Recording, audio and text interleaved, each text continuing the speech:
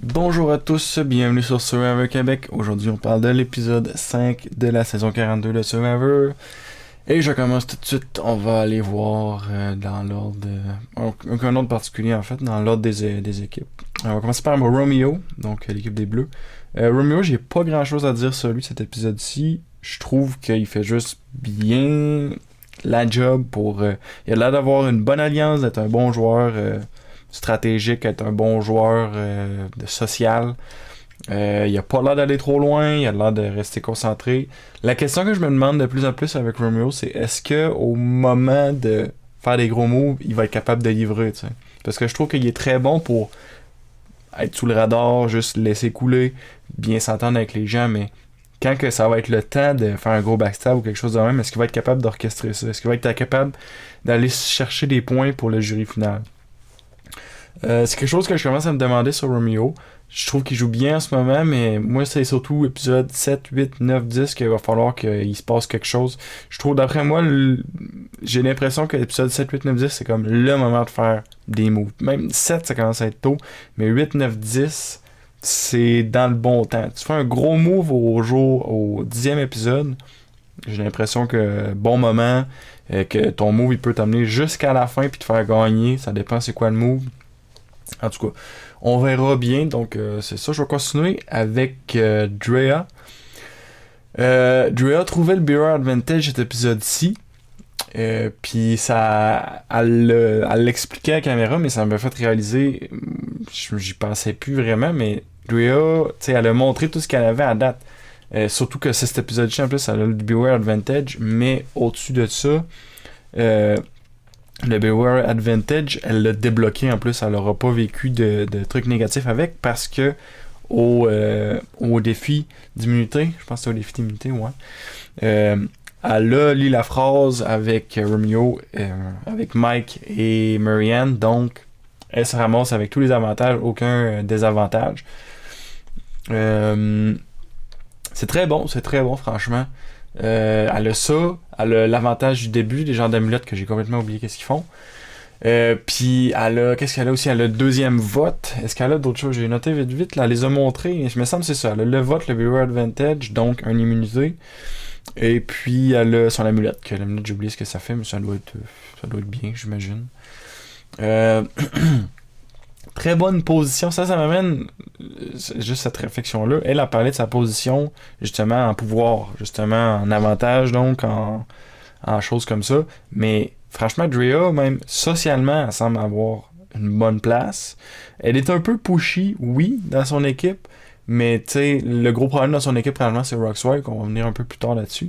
Mais, je trouve qu'elle a une bonne place sociale, alliance avec Romeo. Avoir une bonne alliance de deux, honnêtement, ça peut amener très loin. Ça peut faire un bon bout de travail, avoir une bonne alliance de deux. Après ça, même chose avec Tori. Mais tu sais, c'est que Tori est vraiment down là, dans Tribe. Elle est en bas. Là. Je dirais que Roxroy est plus haut, mais Roxroy est plus problématique. Donc, est-ce que ça va être Roxroy ou ça va être Tori qui va être sorti prochain vote? Je sais pas. On va parler de Roxroy dans pas trop long, justement. Là. Je sais que ça fait 2 fois que je dis. Sinon, ça fait pas mal le tour pour Drea. Je vais te passer à Tori. Tori, j'ai rien noté sur elle cet épisode-ci. Je pense pas que c'est rien passé de bien particulier non plus. Je vais passer tout de suite à Roxroy, donc. Roxroy, je pense que son attitude, elle est vraiment remarquée par les autres joueurs, puis ça revient vraiment. Ça revient là, par tous les autres joueurs, ça revient. Tu sais, quand il dit je dois pas avoir une bonne game sociale, puis là, t'as comme tout le monde qui dit non, elle est correct. Puis t'as Tori qui est comme silencieusement non, elle est pas bonne. Elle chuchote comme c'est pas bon. Puis franchement, j'ai l'impression qu'elle a pas vraiment tort. Est-ce que mon micro fonctionne encore? J'ai l'impression de ne plus avoir le signal. En tout cas, je vais faire une petite vérification. Comment que je peux faire une vérification? Ah, ok, c'est bon. Bon, j'ai mon micro. Je sais pas si j'ai perdu mon micro pendant quelques temps. Si c'est le cas, je sais pas ce que je vais faire. Je verrai bien. Donc, la position de Roxroy présentement dans la tribu, c'est pas génial.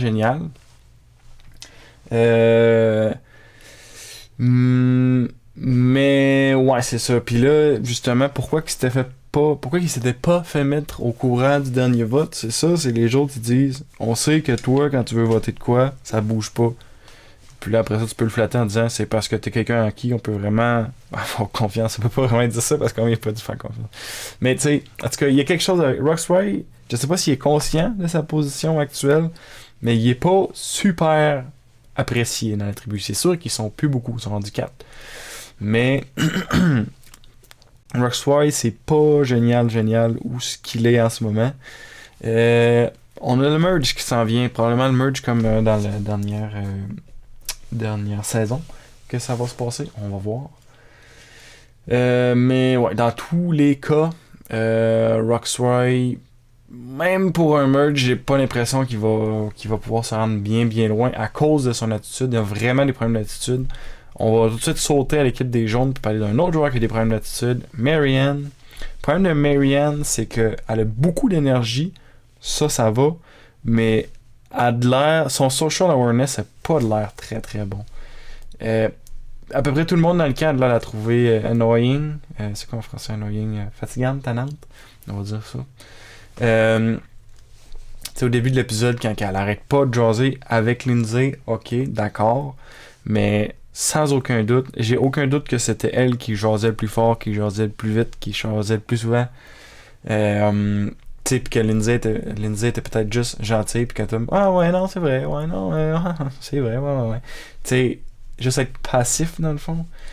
Que Jonathan n'a pas du tout été capable de faire. Jonathan, il allait pratiquement péter sa coche, là, cet épisode-ci. On voyait sa face, le regard, tu sais. En tout cas, Marianne, c'est problème d'attitude aussi, là, un peu comme Rocksroy. Au merge, voyons voir comment ça se passe. C'est sûr que l'équipe des jaunes avait une bonne synergie de façon générale. Mais franchement, Marianne, ça se peut qu'elle tombe sur une heure de bain du monde. Est-ce que ça va être assez pour que le monde soit comme hey, wow, là, tu vas te calmer, puis là, ça fait des frictions. Mais en même temps, dans un sens, ça peut être une bonne chose de créer des explosions comme ça, parce que si les gens sont divisés au travers de ta tribu, mettons Romeo, ce serait son avantage que les gens des jaunes et des bleus arrivent, se divisent à cause de Rocksroy et Marianne. Ça peut juste donner peut-être plus de chance à Romeo d'aller se placer ailleurs, s'il peut comme se créer vraiment des grosses frictions ou... En tout cas, on va voir. Je sais pas pourquoi je pensais à Romeo en particulier, là. Il y en a plusieurs que ça peut être ça, là. Sinon, ouais, juste une note aussi, mais ça c'est général, puis j'y pense à chaque épisode, mais j'ai envie d'en parler cet épisode-ci.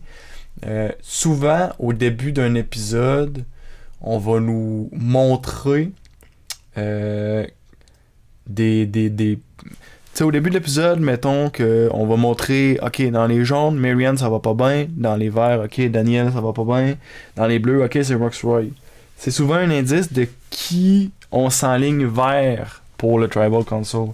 Si c'est les bleus, ok, ça va être Rocksroy et quelqu'un d'autre. Si c'est les verts, ok, ça va être Daniel et quelqu'un d'autre. On essaye de y mettre en place comme une histoire. C'est des trucs qu'on peut porter attention, puis souvent, pas toujours, mais souvent, la tribu dans laquelle au début on va passer le plus de temps, là c'est ça, des fois s'il y a des avantages et trucs de même qui se rajoutent au travers, c'est un peu plus compliqué, mais admettons qu'au début on a 10 minutes avant un défi, puis que de ces 10 minutes là on en passe 7 dans la tribu des verts. Forte chance que les verts perdent à la fin, puis qu'on a passé 7 minutes justement à mettre une histoire en place pour dire attention, il va se passer de quoi dans la tribu des verts ce soir à la fin de l'épisode. Juste une observation comme ça. Je vais continuer dans le tribu des jaunes. Jonathan, j'ai rien de particulier de Jonathan cet épisode-ci. Il a su garder son froid face à Marianne qui semblait assez agaçante. Tu sais, il a dit regarde, je veux pas me chicaner avec toi, je t'adore, là, regarde, c'est beau, on n'en parle plus. Je pense que c'est la bonne chose à faire. Créer des frictions, comme je disais avant, ça bénéficie quand les autres ont des frictions entre eux, parce que là, pour ça, toi, tu peux aller te positionner selon ça. Mais pour Jonathan, pour sa propre game, il n'y a rien de bénéfique à aller se pogner avec quelqu'un, comme Romeo, rien de bénéfique d'aller se pogner avec Rocksroy. Donc c'est tout, j'ai tout ce que j'ai vraiment à dire sur Jonathan. Il n'y a rien fait de particulier cet épisode-ci.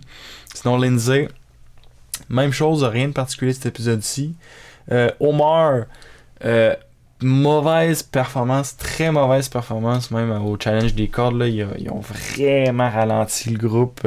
Il a vraiment ralenti le groupe plutôt des jaunes. Il a pris du temps pour ce puzzle-là. Ça a pris du temps. Puis plus ça va, plus il doit être stressé, plus il doit avoir de la misère à se concentrer. Malgré tout, ils s'en ont sortis. Ils ont réussi à aller chercher une immunité quand même. Jonathan à la fin qui était rapide pour frapper les cibles dans le challenge. Il fallait frapper des cibles avec un genre de gros slingshot. Mais ouais, puis point là-dessus. Omar, oui, il a été très lent. Ça a dû être décourageant pour les autres, mais je pense pas qu'il va s'en faire tenir rigueur. Déjà, un, parce qu'ils ont gagné, puis deux, parce que Marianne est beaucoup plus attachante. C'est vraiment pas le mot que je voulais dire. Agaçante dans la tribu des jaunes. J'ai vraiment l'impression que si quelqu'un doit partir, ça va être Marianne. Malgré que, comme je disais un peu plus tôt, le merge arrive, donc qui dit merge dit modification des équipes, changement de dynamique. Les quatre pourront pas rester soudés comme ils étaient. Il va se passer quelque chose. Sinon, on y va avec High maintenant. On va sauter à la tribu des Verts. Puis c'est là que ça va se passer parce que c'est les Verts qui ont perdu. Puis j'ai beaucoup de notes pour la tribu des Verts. High, c'est. Ben, ça va pour High et Lydia, là, mais je vais revenir à Lydia plus tard. Là. Mais High, c'était un des premiers épisodes qu'on le voyait vraiment autant que ça, je trouve. Puis il a l'air d'être. Il a l'air d'avoir des skills sociales. Peut-être qu'il a juste pas eu la chance d'être à la bonne position dans les autres épisodes, mais il a l'air d'être capable de jouer avec un. Il a l'air capable d'avoir une bonne game sociale, une bonne game d'analyse, une bonne game stratégique. Au début, avec Daniel, quand Daniel va pêcher, il essaie de remonter sa tribu contre Daniel. Est-ce que, tu sais, parce que c'est lui là, qui a levé le bras, qui a dit « Hey, avez-vous vu, il est en train de nager? » Mais est-ce que c'est stratégique ou vraiment juste comme de la frustration? Mais en même temps, de toute façon, c'était pas vraiment une tâche difficile parce que la tribu était relativement déjà remontée contre Daniel. Fait que c'était pas... La chose la plus difficile à faire, c'était pas vraiment d'en rajouter une couche, là. Puis, en tout cas, ça a probablement bien joué pour eux parce qu'au final, c'est justement Daniel qui est parti. On va en parler plus tard. J'ai particulièrement adoré quand il parlait avec Daniel après le challenge d'immunité. Il va parler avec Daniel, puis là, il est comme là. Ah ouais, non, moi c'est Chanel. Toi, je te fais confiance, mais Chanel, faut qu'on la sorte, là. Pas capable. Puis là, au moment où il dit ça, il met une petite musique, la production a mis une petite musique comique au xylophone. Puis, en tout cas, c'était comme montrer le ridicule de. Genre, non, Daniel, il dit n'importe quoi. Daniel était vraiment dans une très, très, très mauvaise position après ce qu'il avait fait. Puis après. L'observation des autres par rapport à justement, c'est qu'il veut tout le temps éviter les challenges, ces choses-là. En tout cas, juste, j'avais trouvé ça quand même drôle. Sinon, les skills sociales, j'en ai déjà parlé. Il y a son amulette, lui, il me semble aussi. Ouais, il y a son amulette, mais on n'en parle pas même bien. Je sais pas ce qu'elle fait, j'ai complètement oublié, mais ça reviendra éventuellement. Et je trouve analytique, je trouve que je sais pas c'était comme l'analyse que j'en avais fait du début, mais franchement, je pense que Jean-Michel avait dit il voyait du potentiel en lui, puis moi j'étais comme indécis. Mais plus ça va, franchement, je pense qu'il y a du potentiel. J'ai hâte de voir où ce qu'il va aller, j'ai hâte de voir ce qu'il est capable de faire, surtout avec un merge. Il a l'air d'un joueur qui va être capable de faire bouger les choses dans un merge, qui va être capable de se positionner. On va voir où ce que ça s'en va. Mais ouais. Je vais passer à Lydia. Lydia, ça c'est pas contre elle, mais elle a eu son sub-story. Puis honnêtement, c'est pas j'ai pas très très écouté son sub-story. J'étais juste particulièrement agacé que ce soit à l'espèce, je sais même pas c'est quoi, l'île du volant de bateau, là, de pirate, là, je sais pas quoi. Sérieusement, je sais pas, mais ça me tente, style-là. J'ai l'impression que c'est complètement superflu. Qu'il se passe. Est-ce qu'il se passe des trucs fous intéressants? Je pense qu'il y a un épisode, j'avais dit qu'il se passait de quoi d'intéressant. Mais c'était pas l'île qui a rendu ça intéressant. C'était juste le dénouement de qu'est-ce qui s'était passé. Je sais pas, pour vrai. Je sais pas, j'ai vraiment de la misère avec cette affaire d'île-là. J'ai l'impression que ça prend du temps. Ça m'a pas permis d'apprécier le sub. Déjà, j'apprécie pas. Il y a certains sub-stories qui sont plus intéressants que d'autres, là. Puis, en tout cas, je sais pas, franchement, j'ai eu de la misère, là. L'île, elle me tape sur les nerfs un peu, là. Mais bon. Ça commence bien. Sinon, pendant justement cette affaire-là là, de l'île du bateau de pirate, là, je sais pas quoi, est capable d'observer que Roxray était super dodgy dans ses réponses. T'sais, elle essaie d'avoir de l'information sur la tribu des Bleus, capable d'observer que Roxray il veut comme pas en donner. Elle, ce que j'ai cru comprendre, c'est qu'elle non plus veut pas en donner, mais on n'a pas eu la version de Roxray à savoir est-ce que lui a observé justement que Lydia voulait pas en donner ou il a comme juste pas trop catché puis il essayait juste d'éviter les questions, je sais pas. D'après moi, c'est que ça dépend à quel point c'était évident là, la conversation, on va dire, mais en tout cas Lydia elle semble quand même capable d'analyser, de comprendre les informations si on veut, de lire quelqu'un un peu. Je pense qu'elle est barmaid, me semble, c'est ça je crois, ça expliquerait un peu ça, capable d'analyser les gens, des choses comme ça. Sinon, ouais. On la voit pas, franchement, depuis le début de l'émission, on la voit pas bien, je trouve. T'sais, on la voyait peut-être un peu plus quand elle était pour se faire sortir. Mais à part de ça, on l'a pas vu bien. Là, on commence à la voir un petit peu, mais vraiment pas beaucoup encore. Elle a l'air d'avoir un bon social awareness.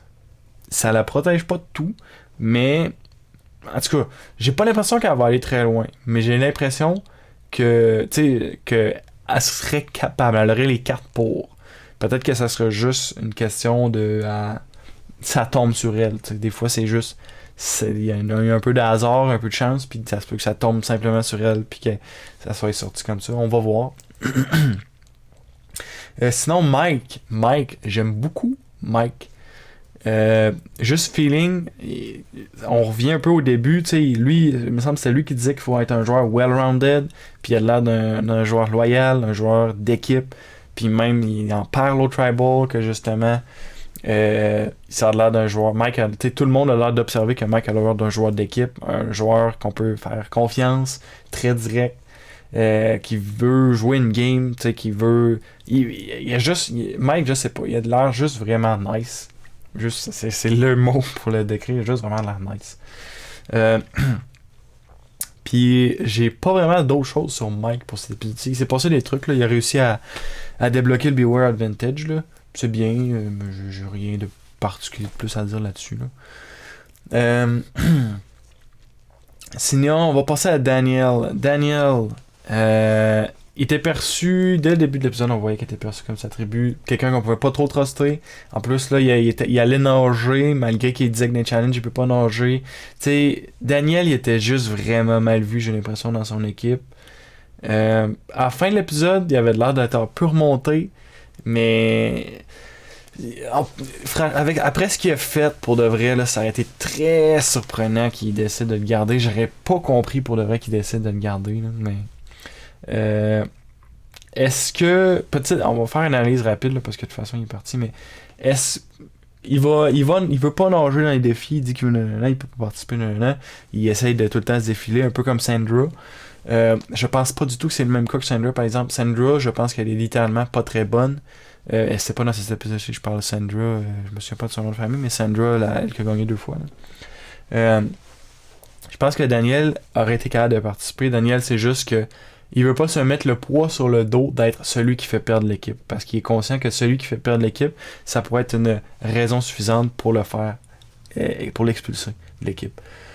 En revanche, j'ai l'impression que les autres s'en sont bien rendus compte qu'ils niaisent avec ça, puis que ça a joué doublement contre lui. Déjà que les autres étaient tannés un peu de sa petite game ultra stratégique, puis qu'il est prêt à tout pour aller plus loin. Sa petite game manipulation. Je sais pas si j'ai envie de dire manipulation, peut-être un peu. Mais en tout cas, Daniel, je vais skipper ce point-là, là, puis juste finir avec au Tribal, il a essayé d'être comme super friendly pendant comme 30 secondes avec Mike. Est-ce que c'était pour aller chercher un vote ou c'était honnête? Encore là, j'ai de la misère à dire parce que Daniel a l'air d'un joueur un peu shady. C'est le type de joueur qu'il est. Dans la vraie vie, je le connais pas. Il peut être génial comme personne, je sais pas. Mais il a l'air de jouer de façon un peu shady. Je vais passer à Chanel pour terminer ça. J'ai rien. De toute façon, je veux pas m'éterniser sur Daniel. Il est parti. Il a fait une bonne game, quelques erreurs qui lui ont coûté cher, simplement, je pense. Il aurait pu se rendre loin, mais les erreurs qu'il a fait étaient trop grosses. On passe à Chanel, je sais pas. Chanel, on va dire. Je ne suis pas. Ouais. Je suis pas sûr de comprendre l'idée de voter contre Mike qu'elle a fait. Mais non, je vais rectifier le tir. Dans sa position, elle sait que les votes vont fort probablement se splitter entre elle et Daniel. Dans sa position, probablement qu'elle est en train de se dire, si tout le monde vote contre Daniel, la seule façon que je peux m'en sortir, admettons que Daniel sort en immunité, que c'est pas impossible, on sait jamais, c'est que, admettons qu'il roule le dé puis qu'il s'en sauve, c'est que je vote pour quelqu'un d'autre, puis qu'il y ait un vote contre moi, un vote contre l'autre personne, qu'on revote et que je sois sauvé. Ça serait une possibilité.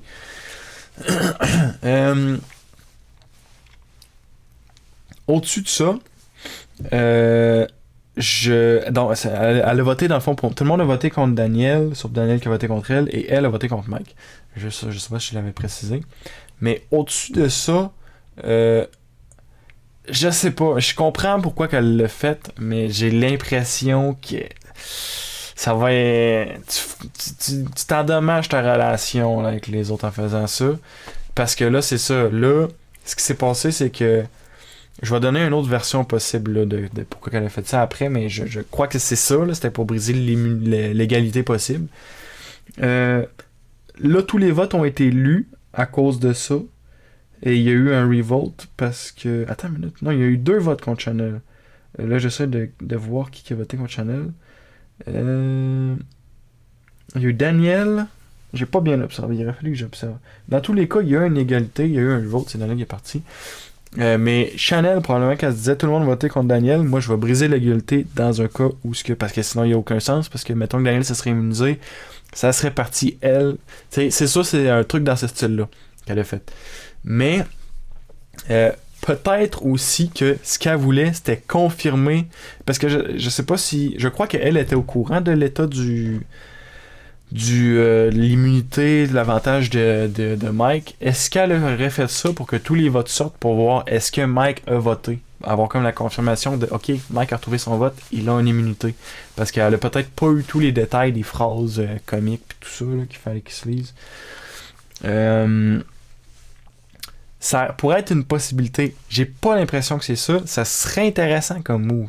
Puis si 2 personnes auraient fait ça, ça aurait pu vraiment brouiller les cartes. Ça dépend qui. Parce que ça aurait pu finir un vote entre Chanel et Mike. Ça aurait vraiment été wow. Juste à cause que 2 personnes décident de voter, mettons Mike, pour en se disant je vais voter contre Mike pour voir si tous les votes sortent. Je sais pas si ça s'est passé jusque-là. J'ai l'impression que non. Mais c'est juste, ça m'est venu. Peut-être que ça pourrait être ça. Sinon, je suis comme neutre à l'idée de Chanel. Est-ce que c'est une bonne joueuse ou une mauvaise joueuse? Est-ce qu'elle fait des bonnes choses, des mauvaises choses? Je sais pas, franchement, je suis comme neutre. Elle a l'air pas d'une bonne position, pas d'une mauvaise position. Définitivement pas la meilleure position dans l'équipe d'hiver, mais de toute façon, il y a un merge, donc les dynamiques vont changer. Je sais pas, j'ai vraiment un gros point d'interrogation encore sur Chanel. J'ai de la misère à dire où est-ce qu'elle se situe.